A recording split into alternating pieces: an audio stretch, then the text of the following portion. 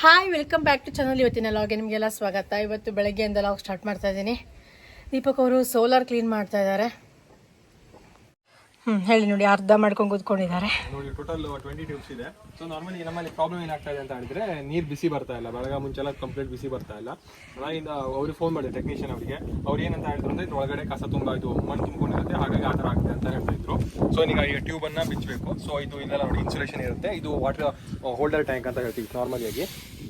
ಇಲ್ಲೆಲ್ಲ ಇತ್ತು. ಸೊ ಈ ಟ್ಯೂಬ್ ಇರುತ್ತಲ್ವಾ, ಸೊ ಟ್ಯೂಬ್ ಒಳಗಡೆ ಕಸ ಇರುತ್ತೆ. ಈ ಟ್ಯೂಬನ್ನು ತೆಗೆದು ಕ್ಲೀನ್ ಮಾಡಬೇಕು. ನಾರ್ಮಲಿ ವಿಡಿಯೋಸಲ್ಲಿ ಯೂಟ್ಯೂಬ್ ವಿಡಿಯೋಸಲ್ಲಿ ನೋಡಿದ್ರೆ ಏನಾಗಿರುತ್ತೆ ಅಂತ ಹೇಳಿದ್ರೆ, ಅವ್ರು ನಿಮಗೆ ಆ ಥರ ಬಿಳಿದು ಉಪ್ಪು ತುಂಬಿಕೊಂಡಿದ್ದ ಅಂಶ ಎಲ್ಲ ಹೇಗಿರುತ್ತೆ ಅಂತ ಹೇಳ್ತಾರೆ. ಬಟ್ ನಮ್ಮ ಕಡೆ ಉಪ್ಪಿನ ಅಂಶ ಕಮ್ಮಿ ಇರೋದು, ಆ ಥರ ಏನೂ ಆಗಿಲ್ಲ. ಕಂಪ್ಲೀಟ್ ಮಣ್ಣು ತುಂಬಿಕೊಂಡಿದೆ. ಸೊ ಬನ್ನಿ ತೋರಿಸ್ತೀನಿ ನಿಮಗೆ ಯಾವ ಥರ ಕ್ಲೀನ್ ಮಾಡ್ತಾ ಇದ್ದೀನಿ ಅಂತ. ಸೊ ಫಸ್ಟ್ ಈ ಟ್ಯೂಬನ್ನು ನಿಧಾನವಾಗಿ ಈ ಥರ ತಿರ್ಸ್ಕೋಬೇಕು. ಸೊ ಸ್ವಲ್ಪ ಕೇರ್ಫುಲ್ ಆಗಿರುತ್ತೆ. ಸೊ ರಬ್ಬರ್ ಇರುತ್ತೆ, ರಬ್ಬರ್ ತುಂಬ ಟೈಟ್ ಆಗಿರುತ್ತೆ, ಹಾಗಾಗಿ ಸ್ವಲ್ಪ ಕೇರ್ಫುಲ್ ಆಗಿರಲೇಬೇಕು. ಸೊ ಈ ಥರ ನೋಡಿ ಟ್ವಿಸ್ಟ್ ಮಾಡ್ಕೊಬಿಟ್ಟು ಆಮೇಲೆ ಒಳಗಡೆ ಪುಷ್ ಮಾಡಿ ಹೊಡೆದ್ರೆ ಒಂದಕ್ಕೆ ಎಷ್ಟು? 800 ರೂಪಾಯಿ. ಇನ್ನೊಂದು ಸಲ ಒಂದು ಹೊಡೆದಿತ್ತು. ನಾ ಕ್ಲೀನ್ ಮಾಡೋಕೆ ಹೋಗ್ಬಾರ್ದಿದ್ದಲ್ಲ, ಬಿದ್ದು ಮಂಗ ಬಂದೇನೋ ಒಂದು ಟ್ಯೂಬ್ ಹೊಡೆದೋಗಿತ್ತು. ಯಾಕಂದ್ರೆ ಫಸ್ಟ್ ಟೈಮ್ ಕ್ಲೀನ್ ಮಾಡ್ತಾ ಇರೋದು ನಾನು, ಫ್ರೆಶರ್. ಸಾಕಷ್ಟು ತುದಿಗೆ ಇದು ತಗೊಂಡ್ರೆ ಹೋಲ್ಡರ್, ಅದು ಹೋಲ್ಡರ್ ನಿತ್ಕೊಂಬ್ಲೆ. ಸೊ ನೋಡಿ ಆಯ್ತು, ಸ್ವಲ್ಪ ಪುಷ್ ಮಾಡಿದ್ರೆ ಅದು ಮುರಿದ್ರೆ ಮತ್ತೆ ಕೂತ್ಕೋತಿಲ್ಲ ನಮ್ಮ ಅಷ್ಟೇ. ರಬ್ಬರ್ ತರಬೇಕು ಹೊಸಲ. ಅದಕ್ಕೆ ರಬ್ಬರ್ ಹೊಸದು ಹಾಕದೆ ಅಷ್ಟು ದೂರ ಲೀಕೇಜ್ ಇತ್ತು. ನಾರ್ಮಲಿ ಲೀಕೇಜ್ ಇತ್ತು. ಹೊಸ ಅಷ್ಟು ಬರೋವಳಿಲ್ಲ, ಟ್ರೈ ಮಾಡ್ಲಿಕ್ಕೆ ಮತ್ತು ಎಕ್ಸ್ಪೆರಿಮೆಂಟ್ ಅಷ್ಟೇ. ರೆಸ್ಟ್ ತಗೋಬೇಕಾಗುತ್ತೆ ಈ ಥರ ಮಾಡಿ. ಸೊ ನೋಡಿ, ಸೊ ಈಗ ಫುಲ್ ನೀರಿದೆ ಆಯ್ತಾ, ಬಿಸಿನೀರಿದೆ ಸ್ವಲ್ಪ. ಬಟ್ ಈಗ ನಾನು ಒಂದು ಸ್ವಲ್ಪ ಕ್ಲೀನ್ ಮಾಡ್ಕೊಡ್ತೀನಿ. ಜಸ್ಟ್ ಸ್ವಲ್ಪ ನೀರನ್ನು ಹೊರ ಹಾಕ್ತೀನಿ. ನೋಡಿ ಮಣ್ಣು ನೀರು ಬರ್ತಾ ಇದೆ ಕಂಪ್ಲೀಟ್ ಆಗಿ. ಬಿಸಿದ್ದ ಅದಾ ಬಿಸಿದ್ ನೋಡಿ ಎಷ್ಟು ಮಣ್ಣು ನೀರಿದೆ ಅಂತ ಆಯ್ತಾ. ಕಂಪ್ಲೀಟ್ ಈ ಥರ ಮಣ್ಣು ನೀರು ಬರ್ತಾ ಇದೆ. ಸೊ ಈ ಥರ ನೋಡಿ ಉಪ್ಪಿನ ಅಂಶ ಏನೂ ಬರಲ್ಲ. ಸೊ ನೋಡಿ ಎಷ್ಟು ಮಣ್ಣು ನೀರು ಇತ್ತು ಅಂತ. ಈ ಕಾರಣಕ್ಕೆ ಏನಾಗುತ್ತೆ ಅಂದ್ರೆ ಬಿಸಿ ನೀರು ಬರೋದು ಕಮ್ಮಿ ಆಗುತ್ತೆ ಕ್ರಮೇಣ. ಯಾಕಂದ್ರೆ ನಾವು ಹಾಗೆ 10 ವರ್ಷದ ಮೇಲೆ ಆಯ್ತು. ಅದರೊಳಗಡೆ ಏನು ಕಾಣಲ್ಲ, ಪ್ಯೂರ್ ಡಾರ್ಕ್ ಬ್ಲ್ಯಾಕ್ ಇರುತ್ತೆ. Black is one of the best. ಅಂದ್ರೆ ಒಂದ್ಸಲ ಇದರೊಳಗಡೆ ಗ್ಲಾಸ್ ಒಳಗಡೆ ನೀರು ಹೋಗಿದ ನಂತರದಲ್ಲಿ, ಅದು ಬೆಳಕು ಹೋಗಿದ ನಂತರದಲ್ಲಿ ಏನಾಗ್ತದೆ, ಹೊರಗಡೆ ಬರಲ್ಲ. ಅಂದ್ರೆ ಹೊರಗಡೆ ಬರೋ ಪರ್ಸೆಂಟೇಜ್ ಇದೆ ತುಂಬಾ ಕಮ್ಮಿ ಇರುತ್ತೆ. ಸೊ ಇದನ್ನ ಆಮೇಲೆ ಕ್ಲೀನ್ ಮಾಡ್ತೀನಿ. ಈ ಥರ ತೆಗೆದುಕೊಬಿಟ್ಟು ಆಮೇಲೆ ವಾಟರ್ ಹಾಕಿ ಒಳಗಡೆ ಕಂಪ್ಲೀಟ್ ಆಗಿ ವಾಶ್ ಮಾಡಬೇಕು. ಟೋಟಲ್ 20 ನಿಮಿಷ ಈ ಥರ ಮಾಡಿ ಈಗ ಕ್ಲೀನ್ ಮಾಡಬೇಕು. ನೋಡಬೇಕು ರಿಸಲ್ಟ್ ಸಿಗುತ್ತೆ ಅಲ್ವಾ ಅಂತ. ಸೊ ಕ್ಲೀನಿಂಗ್ ಮಾಡ್ತಾ ಇದ್ದೀನಿ. ಸೊ ಪ್ರೊಫೆಷನಲ್ಸ್ ಅವ್ರನ್ನ ಕಾಡ್ತಿದ್ರೆ ಅಪ್ರಾಕ್ಸಿಮೇಟ್ಲಿ 800 ರಿಂದ 1 ವರ್ಷದ ತನಕ ಚಾರ್ಜ್ ಮಾಡ್ತಾರೆ. ಸೊ ನಾನೇ ಟ್ರೈ ಮಾಡ್ತೀನಿ ಹಾಗಾಗಿ.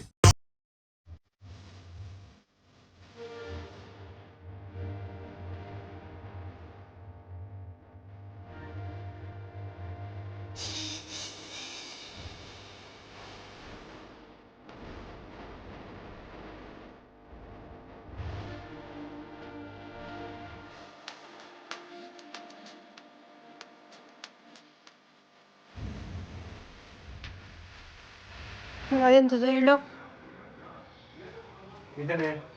ಇದು ಪ್ರೆಷರ್ ಬೂಸ್ಟರ್. ಈಗ ಒಂದು ಕಾಕಲ್ಲ ನಮ್ಮಲ್ಲಿ ಪ್ರೆಷರ್ ಕಮ್ಮಿ ಬರ್ತಲ್ಲ ಸಿಕ್ಕಾಪಟ್ಟೆಯ, ಅದ್ರ ಬೂಸ್ಟ್ ಮಾಡಲ್ಲ. ಓಕೆ, ಅದಕ್ಕೆ ಪ್ಲಂಬಿಂಗ್ ಮಾಡ್ತಿದ್ವಿ. ಪ್ಲಂಬಿಂಗ್ ಮಾಡಿ ವೈರಿಂಗ್ ಮಾಡೋದು ಮಾಡೋದು ಎಲೆಕ್ಟ್ರಿಷಿಯನ್ ಕರ್ಸವು. ವೈರಿಂಗ್ ಮಾತ್ರ. ಓ, ವೈರಿಂಗ್ ಬೇರೆ ಇರ್ತದಕ್ಕೆ.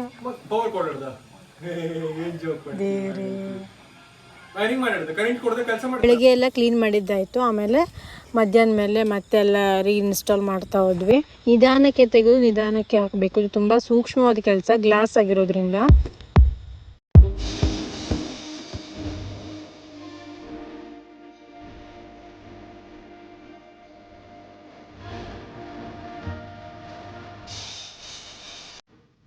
ಸುಮಾರು ಸಂಜೆನೇ ಆಯಿತು ಎಲ್ಲ ಮುಗಿಯೋವರೆಗೆ.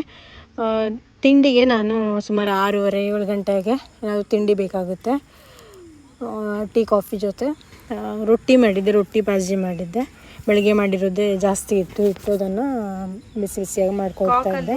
ನೀರು ಸ್ಪೀಡ್ ಬರ್ತಾ ಇರಲಿಲ್ಲ ಅಂತ ಇವಾಗ ಪ್ರೆಷರ್ ಪಂಪನ್ನು ಇನ್ಸ್ಟಾಲ್ ಮಾಡಿದ್ದಾರೆ. ಇದಕ್ಕೆ ಕರೆಂಟ್ ಥ್ರೂ ಬೇಕು ನೋಡಿ, ಕರೆಂಟ್ ಲೈನ್ ಕೂಡ ಅಟ್ಯಾಚ್ ಮಾಡಿದ್ದಾರೆ.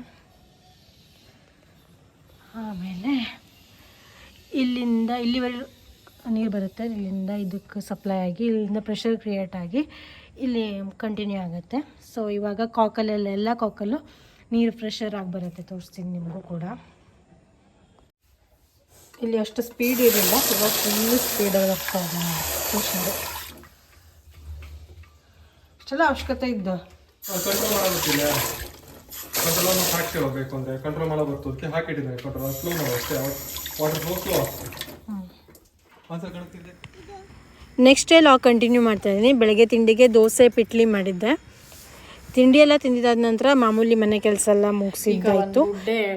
ಬಟ್ಟೆ ಇದೆಲ್ಲ ಮಡಿಕೆ ಮಾಡಿ ಇಟ್ಬೇಕು. ಯುಕ್ತ ಹೆಲ್ಪ್ ಮಾಡ್ತಾಳಂತ ನನಗೆ ಅಲ್ಲದೆ. ಅಪ್ಪನ ಬೇರೆ, ಅಮ್ಮನ ಬೇರೆ, ಯುಕ್ತನ ಬೇರೆ, ಡ್ರೆಸ್ ಎಲ್ಲ ಬೇರೆ ಬೇರೆ ಮಾಡಿಕೊಡು, ಅಮ್ಮ ಮಡಿಕೆ ಮಾಡಿಡ್ತೀವಿ. ಓಕೆನಾ?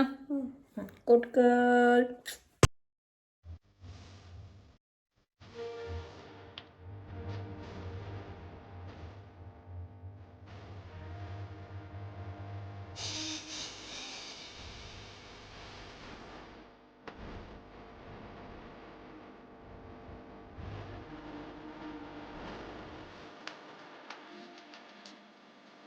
ಬಟ್ಟೆ ಎಲ್ಲ ಮಡ್ಚಿದ್ದಾಯಿತು. ಇವಾಗ ಸ್ವಲ್ಪ ಪೇರಳೆ ಹಣ್ಣು ತಿಂದಿದ್ದಾಯಿತು, ಉಪ್ಪು ಹಾಕ್ಕೊಂಡು ಚೆನ್ನಾಗಿರುತ್ತೆ ಅಂತ. ಹಾಗೆ ಸಂಜೆ ನಾವು ಆದ್ಯ ಗ್ರ್ಯಾಂಡ್ ಹೋಟೆಲಿಗೆ ಬಂದಿದ್ವಿ. ಮಾಮೂಲಿಯಾಗಿ ನಾರ್ತ್ ಇಂಡಿಯನ್ ತಿನ್ನಬೇಕಾದ್ರೆ ನಾವು ಇಲ್ಲಿ ಬರ್ತೀವಿ. ಸ್ವಲ್ಪ ಕಾಸ್ಟ್ಲಿ ಇದೆ, ಬಟ್ ಸಿಸಿಲಿ ಇದೆ ಬೆಟ್ರ್ ಅಂತ ನೋಡ್ತಾ ಇದ್ದೀವಿ. ಬಟ್ ಇವತ್ತಿನ ದಿನ ಕಾಜು ಮಸಾಲ ತೊಗೊಂಡಿದ್ವಿ. ಸಿಕ್ಕಾಪಟ್ಟೆ ಖಾರ ಮಾಡಿಬಿಟ್ಟಿದ್ರು. ಟೊಮೆಟೊ ಸೂಪು, ಫ್ರೆಂಚ್ ಫ್ರೈಸು, ಆಮೇಲೆ ಮಸಾಲ ಪಪ್ಪಡ ತೊಗೊಂಡಿದ್ವಿ.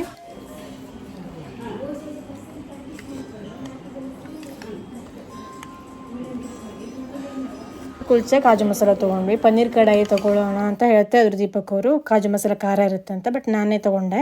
ಇನ್ನೊಂದು ಸಲ ಬಂದಾಗಲೂ ಅಷ್ಟೇ ಕಾಜು ಮಸಾಲ ಖಾರ ಆಗಿತ್ತು ಅಂತ ಹೇಳ್ತಾ ಇದ್ರು.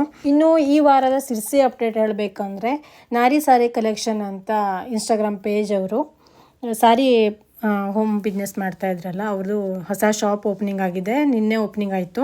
ಇನ್ನು ಮುಂದೆ ನೀವು ವಾಟ್ಸಪ್ಪಲ್ಲದೆ ಜಸ್ಟ್ ಶಾಪ್ ವಿಸಿಟ್ ಮಾಡಿ ಫೀಲ್ ಮಾಡಿ ಕೂಡ ಬಟ್ಟೆನ ತೊಗೋಬೋದು. ಸಾರಿ, ಆಮೇಲೆ ಟಾಪ್ ಕೂಡ ಇದೆ. 1000ಗೆ 3 ಟಾಪ್ಸ್ 4 ಟಾಪ್ಸ್ ಏನೋ ಇದೆ.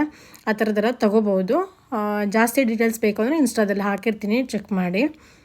ಆಮೇಲೆ ಮನೆಗೆ ಬಂದು ಬಿಗ್ ಬಾಸ್ ಕೂಡ ನೋಡಿದ್ದಾಯಿತು. ಬಿಗ್ ಬಾಸ್ ನೋಡಿದ್ರೆ ಹೇಗಾಗತ್ತೆ ಅಲ್ವಾ? ಸೊ ಬಿಗ್ ಬಾಸ್ ಕೂಡ ನೋಡಿದ್ದಾಯಿತು. ನಿನ್ನೆ ಎಪಿಸೋಡು ಚೆನ್ನಾಗಿ ಒಂಥರ ಖುಷಿ ಆಯಿತು. ಅಶ್ವಿನಿ ಅವರಿಗೆ ಉಗ್ದಿದ್ದು ಸಿಕ್ಕಾಪಟ್ಟೆ ಓವರಾಗಿ ಆಡ್ತಾ ಇದ್ರಲ್ವಾ.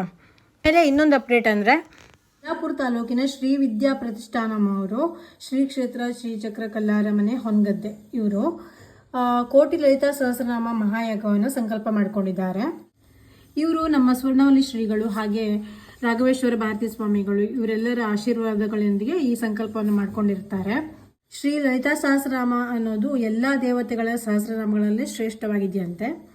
ಈ ಮಹಾಯಾಗವನ್ನ ಲೋಕ ಕಲ್ಯಾಣಕ್ಕೋಸ್ಕರ ಸಂಕಲ್ಪ ಮಾಡ್ಕೊಂಡಿರ್ತಾರೆ. ನೀವು ಕೂಡ ಈ ಕೋಟಿ ಲಲಿತಾ ಸಹಸ್ರನಾಮ ಮಹಾಯಾಗದಲ್ಲಿ ಭಾಗವಹಿಸಬೇಕು ಅಂತ ಇದ್ರೆ ನೀವು ಕೂಡ ಮನೆಯಲ್ಲಿ ಪಾರಾಯಣವನ್ನ ಮಾಡಬಹುದು. ಲಲಿತಾ ಸಹಸ್ರನಾಮವನ್ನ ಓದಬಹುದು. ಈ ಬುಕ್ಕಲ್ಲಿ ಇರೋದೇ ಆಗ್ಬೇಕಾಗತ್ತೆ. ಯಾಕೆಂದ್ರೆ ಇದರಲ್ಲಿ ಸಂಕಲ್ಪನ ಕೊಟ್ಟಿದ್ದಾರೆ, ಜೊತೆಗೆ ವಿಧಿವಿಧಾನಗಳನ್ನ ಕೂಡ ಕೊಟ್ಟಿದ್ದಾರೆ. ಪಾರಾಯಣ ಪ್ರಾರಂಭ ಮಾಡುವ ಮುನ್ನ ಏನೇನು ಕ್ರಮ ತಗೋಬೇಕು ಎಲ್ಲವನ್ನೂ ಕೂಡ ಕೊಟ್ಟಿದ್ದಾರೆ ಇದರಲ್ಲಿ.